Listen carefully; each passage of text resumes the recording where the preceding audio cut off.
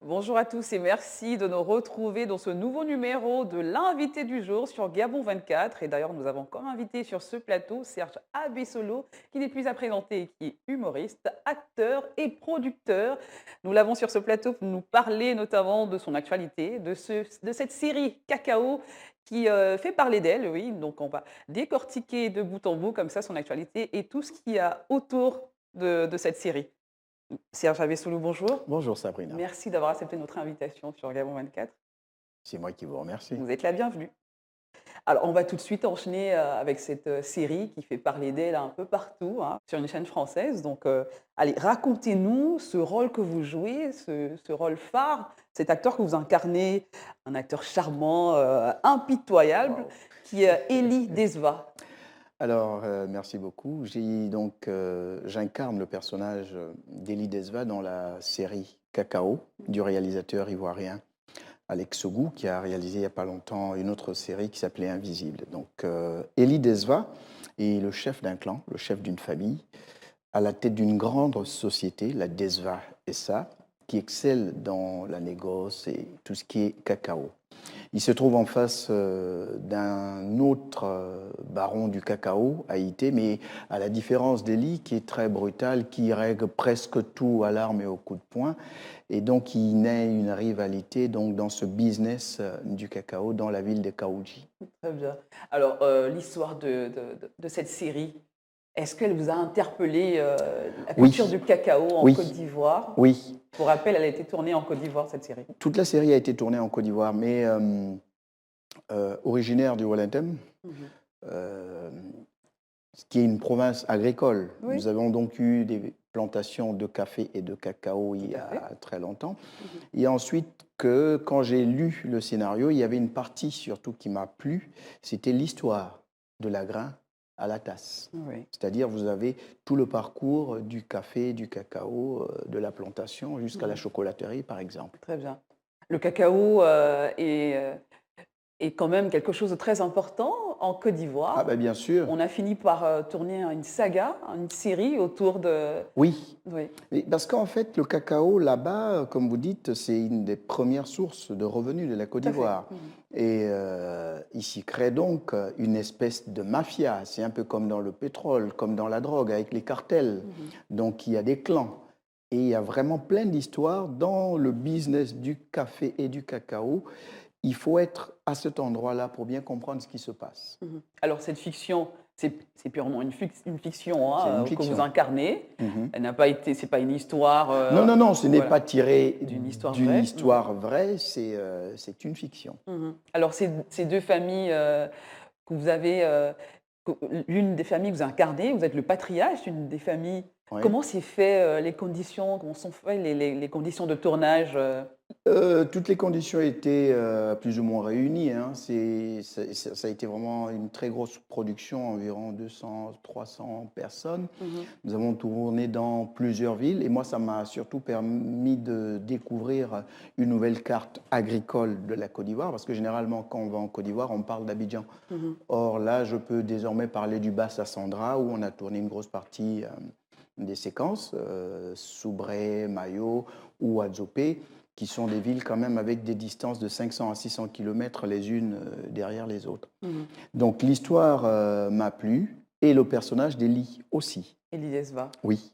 Alors, les conditions de tournage, on sait que vous avez l'habitude déjà des films.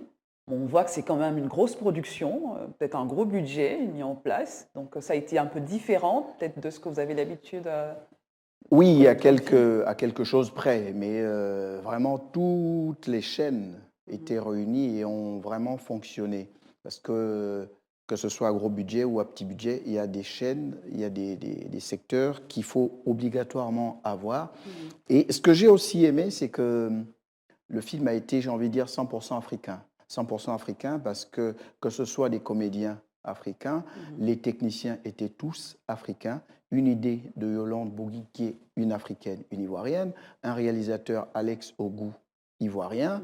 Mhm. Au cadre, il y avait le jeune Abdoulaziz, qui est burkinabé. Mhm. Au son, il y avait par exemple Alioune Mbo, qui vient du Sénégal. Du Donc, il y avait des Sénégal. personnes qui venaient de Un film partout. panafricain, Voilà, avec un peu tout le monde réuni autour. exact. Ça veut dire que l'Afrique réunie peut produire des œuvres de très bonne facture.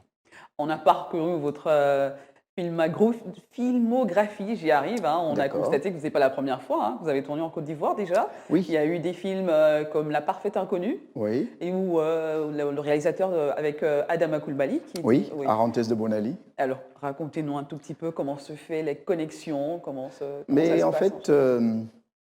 il y a aussi l'apport des festivals. Mhm. Lorsque j'arrive à Abidjan la première fois, je partais sur un festival à Ouaga, au Mhm. FESPACO, à l'époque avec Feu Charles Mensa, Oui. pour la présentation des couilles de l'éléphant. Mhm. Et on a passé 2 ou 3 nuits à Abidjan avant de prendre le prochain avion. Et j'ai un ami, Yves Dembella, qui est un homme de médias là-bas, qui me dit, tiens, il y a un pote qui a sorti un film, je vais t'emmener le voir. Donc on est allé voir le film de Howell Brand, qui avait sorti No Way à l'époque, Mhm. et à la fin, il me le présente. Et ce Howell Brand, je le recroise quelques jours après à Ouaga, au FESPACO. Il me dit, ah, ben, ça tombe bien, je prépare un film, par exemple, Le Mec Idéal, je veux qu'on en discute, voilà, voilà. Donc, Et là encore, vous jouez le rôle principal. oui, un des principaux rôles dans Le Mec Idéal, Très, très qui a bien. été un très bon film aussi. D'ailleurs, c'était les Talons de bronze au FESPACO en En 2011. 2011, oui, tout à Voilà. fait. Donc, il faut capitaliser ces événements-là. Mhm. Voilà. Là, je sors d'une production, j'ai rencontré des gens, mais après, on tient aussi comment vous vous comportez vis-à-vis des autres. C'est ce qui fait que demain, je puisse dire oui, je l'appelle ou non, je ne l'appelle pas. Mhm. Il faut aussi avoir un très bon comportement parce qu'il ne faut pas que votre mauvaise attitude prenne le dessus C'est sur vrai, votre activité c'est vrai. professionnelle. Mhm. On ne retiendra que ça. Est-ce qu'on peut parler d'une reconnaissance hors des frontières aujourd'hui? Bah, écoutez, chaque événement en dehors de chez soi est une forme de reconnaissance. Mhm. Oui, je puis le dire ainsi parce que, en ce qui me concerne, il y avait plusieurs personnes qui ont été choisies pour ce Vous avez rôle. évidemment passé le casting. Voilà, c'est ce que je dis. Mhm. Et Madame Adelaïde Ouattara, qui était la directrice de casting, m'avait envoyé un mail avec des textes et m'a demandé de faire une vidéo de 2 ou 3 séquences. Donc, je suppose qu'elle a contacté plusieurs personnes qui ont envoyé des vidéos et puis la production a décidé que ce serait moi. Serge Abessolo, une énième production. On a l'impression que vous allez plus maintenant vers le cinéma que l'humour, parce que nous, on vous connaît comme cet humoriste charismatique avec un humour calibré. Alors, Ça n'a pas changé en ça n'a fait. pas changé. Non, j'ai juste changé de stratégie Très bien. et c'est vrai que j'ai commencé avec mon one-man show. Oui. Et c'est mon one-man show, à partir de 98, qui a emmené certains réalisateurs vers moi. Au Mhm. début, plus pour mes talents d'imitateur, parce que lorsque Marcel Sanja vient me voir pour jouer le gendarme à la police de l'air et des frontières, il voulait un policier avec un accent particulier. Mhm. Donc, il fait plus appel à mes talents d'imitateur. Henri Joseph m'appelle pour les couilles de l'éléphant, Imunga pour Dolé. Et finalement, je me sens bien au cinéma et je fais de moins en moins de spectacles. D'ailleurs, vous voyez, si vous prenez par exemple euh, Cacao, Mhm. 5, 6 mois, vous n'avez pas le temps d'être sur ce plateau et d'écrire d'autres spectacles. C'est vrai. Voilà. C'est quand même. J'arrive à faire des spectacles aujourd'hui à la demande. J'ai un Oui. rendez-vous annuel. Vous continuez les one-man shows. J'ai un rendez-vous annuel au Congo-Brazza à l'occasion d'un festival qui s'appelle Tazama Mhm. de Madame Claudia Yoka, qui est un festival de cinéma. Et sur ce festival, je fais l'ouverture et la clôture pendant une semaine. Mhm. J'ai rendez-vous avec le public tous les soirs, à l'ouverture et en clôture de chaque soirée. Très bien. Donc aujourd'hui, je vais à la rencontre d'autres publics Mhm. qui sont émerveillés de découvrir un type avec un style nouveau et moi, émerveillé de voir un public avec des réactions nouvelles. Lorsque vous êtes dans un tel projet, effectivement, vous portez votre personne, mais également il va de la réputation de votre pays. Parce qu'effectivement, on parlera de le Gabonais qui est venu nous embêter, le Gabonais. Donc, et là, c'est une réputation qui part Mhm. sur beaucoup d'autres. C'est Et vrai. ça peut empêcher d'appeler quelqu'un d'autre de chez vous. Mhm. Donc, vous avez intérêt toujours à être correct dans tout ce que vous faites. Faites-le bien. Ouais. C'est important quand même parce que on est un représentant, comme je le disais il y a quelques instants, Voilà. de ce pays, de cette culture et de tout ce qu'il y a autour. Alors, vous avez un long parcours, hein, comme on est en train d'en parler là. Vous êtes aujourd'hui quelqu'un, une référence, on peut le dire. si vous le Quels dites. sont les outils qui ont permis d'arriver à un tel niveau? On peut parler de succès, oui, un tel niveau de succès quand Il y même. a le travail, il y a le travail et l'envie de bien faire. Dans tout ce que vous faites, c'est vrai que vous avez le talent au début, Mhm. mais je dis toujours, il faut un moment, un peu de formation. Il faut être différent dans ce que vous faites. Oui. Faites-le bien. La plupart du temps, les gens vous disent, on va quand même essayer. Non, c'est où vous faites bien, sinon ne faites pas. C'est important Mais bien pour sûr. vous. Vous êtes quand même quelqu'un d'assez pragmatique. Quand vous faites quelque chose, il faut le faire Il faut le bien. faire bien. Oui. Sinon, je veux dire, même pour vous-même, il faut un sentiment d'autosatisfaction. Mhm. Hein. Regardez quelque chose en vous disant, oui, j'ai bien fait. Est-ce que c'est au sortir de cette production que vous vous êtes Oui, dit, il faut que je fasse quelque chose quand oui, même? j'ai eu la chance de discuter avec le diffuseur de Mhm. la série In Cacao. Mhm. Et au cours de nos échanges, je dis, est-ce que ça ne vous dirait pas qu'on initie des masterclass, la formation, le jeu d'acteur? Mhm. Parce que pour être compétitif, il faut avoir les rudiments vis-à-vis des autres, de manière à ce que si vous passez un casting, vous ne soyez pas à côté de la plaque. Ils ont accepté de m'accompagner, donc je ne suis pas formateur.